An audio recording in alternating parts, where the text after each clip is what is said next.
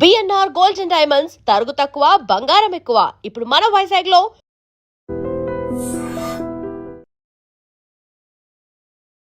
అంటే డీజేటీలు అంటే మీ కెరీర్ మొత్తాన్ని అంటే అప్పటిదాకా నేను ఒక మంచి నటుడినవ్వాలి, పేరు తెచ్చుకోవాలి. ఇలా ఒక యాంబిషన్ ఉన్న మనిషి, ఆ మనిషి కోరికలంతా తీర్చేసిన సినిమా. కోరిక తీర్చలేదు. ఆ!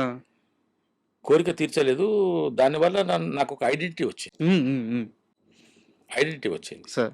నేను సినిమా నటుడిని అవ్వాలని నాలో ఒక నటుడున్నాడు. నేను ఒక మంచి పాపులారిటీ ఉన్నటువంటి సినిమా నటుడిని అవ్వాలి.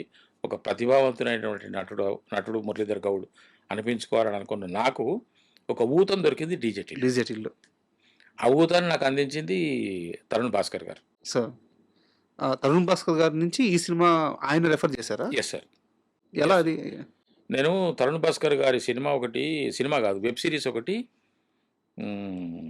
'పిట్టకథలు' హ్మ్. అనే ఒక వెబ్ సిరీస్‌లో 'రాముల' అనే ఎపిసోడు తరుణ్ భాస్కర్ గారు డైరెక్ట్ చేశారు. సార్. దాంట్లో ఎక్స్ఎమ్మెల్యే రామచంద్రయ్య క్యారెక్టర్‌కి నన్ను పిలిచారు. హ్మ్. నన్ను పిలిచి ఆడిషన్ తీసుకున్నారు. నేను ఒకరోజు మా ఊరికెళ్తున్నాను సార్. ఆ! మా ఊరికెళ్తుంటే బస్సులో నాకు ఫోనొచ్చింది. ఫోనొచ్చి హలో అంటే, మురళీధర్ గారు అప్పుడు నేను మురళీధర్ గౌడ్ అని పెట్టుకోలేదు. మురళీధర్ అనే హ్మ్. పెట్టుకున్నాను. మురళీధర్ గారు అంటే, అవునండి అన్నాను. అంటే అప్పుడు సీరియల్స్‌లో వేస్తున్నారు కదా సార్, చిన్న చిన్న వేషాలు వస్తున్నాయి. హ్మ్. సీరియల్స్‌లో వన్ డే క్యారెక్టర్స్ చేశాను. One scene characters sir. చేస్తున్నాను. హ్మ్. నేను నెలకొక వారం 10 రోజులు ఆ సీరియల్స్‌లో ఆయా సీరియల్స్‌లో చేసే బిజీలో ఉన్నాను. బిజీలో అంటే 1 వీక్ 10 డేస్ ఉంటున్నాను. అవును. 20 రోజులు ఖాళీయే. హ్మ్. ఆ 20 రోజులు మళ్ళా నాలో టెన్షనే. హ్మ్. టెన్షనే సార్. 20 రోజులకి ఎట్లా? ఖాళీగా ఉన్నాం ఈరోజు. పని కావాలి. పని ఖాళీగా కావాలి. ఉన్నాము. ఖాళీగా ఉన్నాము. నాకేదైనా పని కావాలని చెప్పేసి అనుకునేవాడిని. హ్మ్. ఖాళీగా ఉన్న టైంలో నేను రామకృష్ణ మఠం వెళ్ళేవాడిని. ఆ! మఠంలో కూర్చునేవాడిని. చిన్న బుక్ స్టాల్‌లో కూర్చునేవాడిని. మా ఊరికెళ్తున్నాను, మురళీధర్ గారా అంటే, అవునండి అన్నాను. సార్ నేను తరుణ్ భాస్కర్ గారి ఆఫీస్ నుంచి ఫోన్ చేస్తున్నాను సార్ అన్నాడు. కొన్ని సినిమాల్లో ఫోను పడిపోయినట్టు, జర్క్ ఇచ్చినట్టు, కూర్చున్నోడు లేచి నిలబడ్డట్టు, ఆ! ఆ ఎక్స్‌ప్రెషన్ ఉంటుంది చూడండి సార్. అవును. ఆ విధంగా నేను ఏమి వింటున్నానో నాకు అర్థం కాలేదు. హ్మ్. ఆ బస్సు రోదకి ఈ శబ్దం చిన్నగా సార్ ఏంటి సార్? ఏంటి సార్? అన్నాను. తరుణ్ భాస్కర్ గారి ఆఫీస్ నుంచి మాట్లాడుతున్నానండి. నేను అసిస్టెంట్ డైరెక్టర్‌ని అన్నాడు. సార్ నమస్కారం సార్ అన్నాను. ఒకసారి మీరు ఆఫీస్‌కొస్తారా? డైరెక్టర్ గారు మిమ్మల్ని ఒకసారి రమ్మన్నారు. మాదొకటి మేము తెలిసిన దాంట్లో ఒక చిన్న క్యారెక్టర్ ఉంది అన్నాడు. ఊరికెళ్తున్నా. హ్మ్. దారి మధ్యలో ఉన్నా. ఇప్పుడేం చేయాలి? ఊరికెళ్తున్నానంటే ఫోన్ తీయని పెట్టేస్తాడేమో. అవును. మళ్ళీ మనకు అవకాశం రాదేమో అని, సార్ నేను హైదరాబాద్ కొద్ది దూరంలో ఉన్నాను. ఇప్పుడు రమ్మంటారా సార్ అన్నా. అర్జెంట్ ఏం లేదు. ఆ! అర్జెంట్ ఏం లేదు. ఇప్పుడు మీరెక్కడున్నారు? ఎక్కడికెళ్తున్నారు? అంటే నేను మా ఊరెళ్తున్నాను సార్ అన్నాడు. ఎప్పుడొస్తారు? అన్నాడు. అంటే వెంటనే మీరు రమ్మంటే ఇప్పుడు వెంటనే వచ్చేస్తా సార్ అన్నా. అర్జెంట్ ఏం లేదు.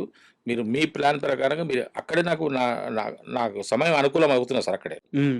నా టైం కాలం నా మారుతుంది. కాలం ఆ! సహకరిస్తున్నది. మీ ప్లాన్ ఏమిటి? మీరెప్పుడెళ్తున్నారు? ఎన్ని రోజుల్లో వస్తారు? అని అడిగారు. హ్మ్. యాక్చువల్‌గా నేను ఒక 5, 6 రోజులు ఉందామని పోతున్నా మా ఊరికి. హ్మ్.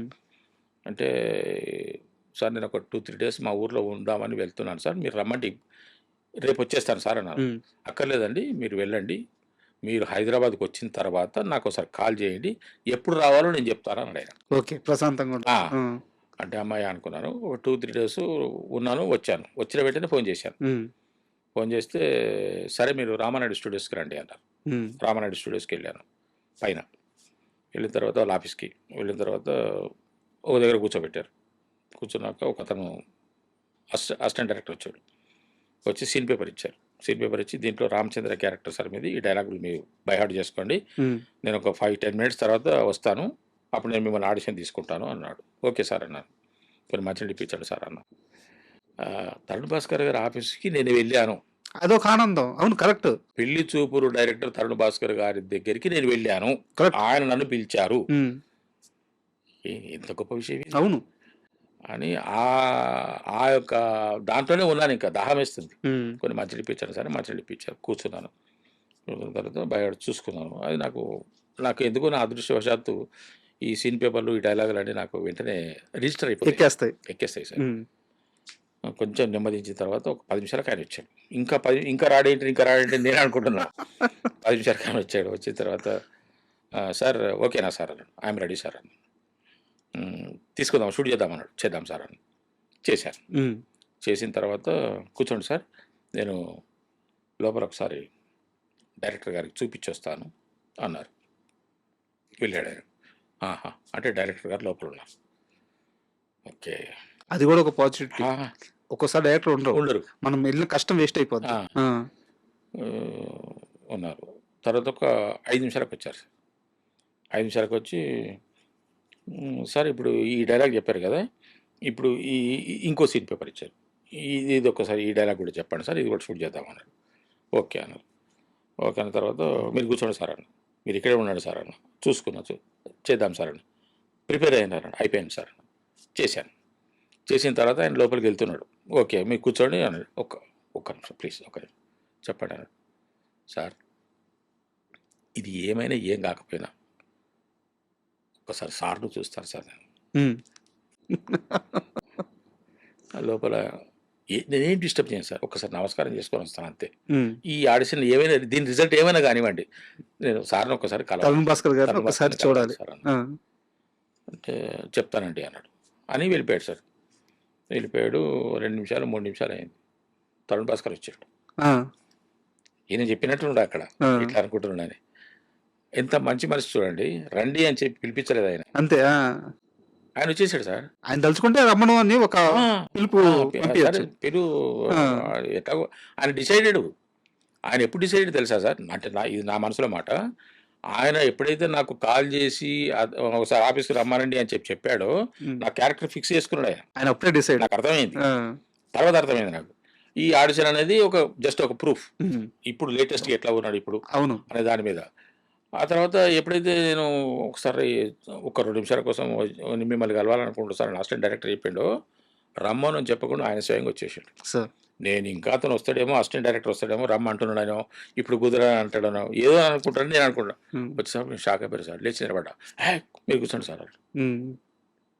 కూర్చోగానే ఆయన నన్ను కూర్చోబెట్టి ఆయన కూర్చున్నాడు. సార్. కూర్చొని ఇది మనం చేద్దాం సార్. ఇది ఎమ్మెల్యే రామచంద్ర క్యారెక్టర్ అన్నారు. ఆ విధంగా క్యారెక్టర్ చేసాము. 2 డేస్ చేసినాము. హ్మ్. అప్పుడే ఆయన భార్య లత గారు కూడా నాకు మంచిగా సపోర్ట్ చేశారు.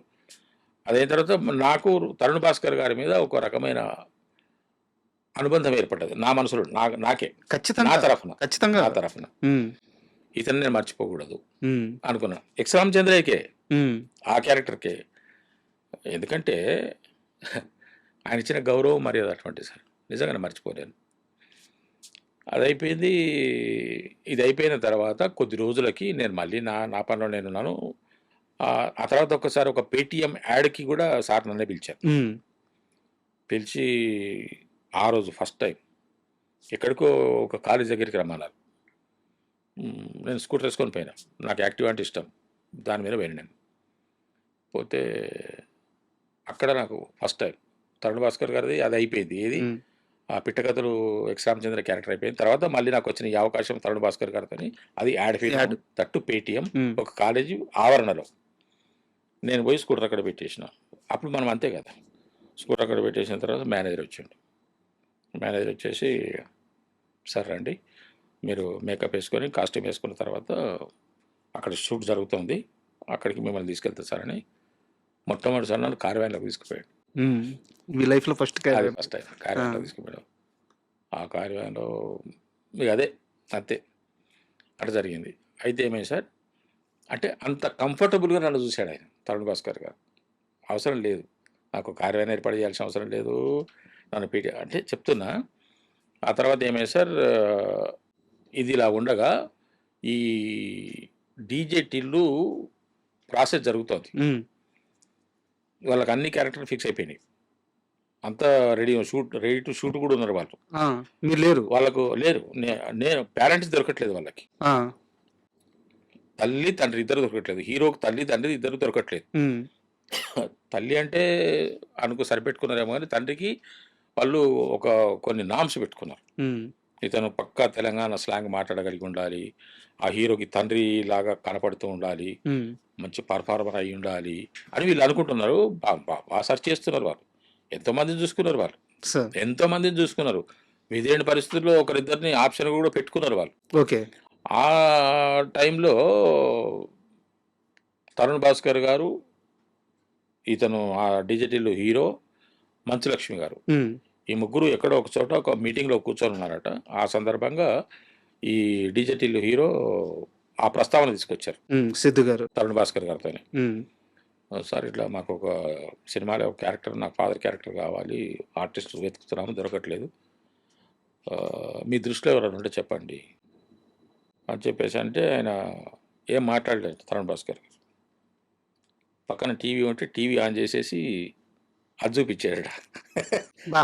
పిట్ట పిట్ట కథలు. అంటే పేరు చెప్పడమే కాదు ఆయన నన్ను ఫిజికల్‌గా అవును. చూపించాడు. చూపిచ్చారు.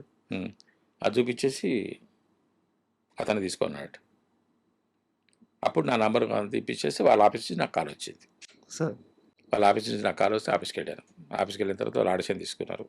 ఆడిషన్ తీసుకున్న తర్వాత మళ్ళీ ఒక 1 వీక్‌లో చెప్తామన్నారు. మళ్ళీ ఒక 5 డేస్‌లో మళ్ళీ కాల్ వచ్చింది. హ్మ్. మళ్ళీ ఆఫీస్‌కి రమ్మన్నారు. మళ్ళీ వెళ్ళాను. ఆ తర్వాత ఇంకా కొంచెం ఎక్స్‌పాన్షన్ అయింది. డైలాగ్ డెలివరీ గానీ, ఆ మాడ్యులేషన్ గానీ, ఆ స్లాంగ్ గానీ, ఆ ఈజ్ గానీ ఇవన్నీ వచ్చినట్టుగా అట్లా 2, 3 సార్లు తీసుకున్న తర్వాత వాళ్ళు నన్ను ఓకే చేశారు. ఆ విధంగా నాకు డీజే టిల్లులో క్యారెక్టర్ రావడానికి ప్రధాన కారణం తరుణ్ భాస్కర్ గారు. ఎంత పెద్ద జర్నీ సార్. లైఫ్ చేంజ్ అయిపోయింది. అదే సార్. అంటే కాలం అనేది కలిసొస్తే ఇప్పుడు దేవుడు మనకు వరం ప్రత్యక్షమై ఇవ్వడు సార్. ఇగో ఇలాంటి వాళ్ళని పంపిస్తుంటాడు. ఆ క్షణానికి తరుణ్ భాస్కరే దేవుడు.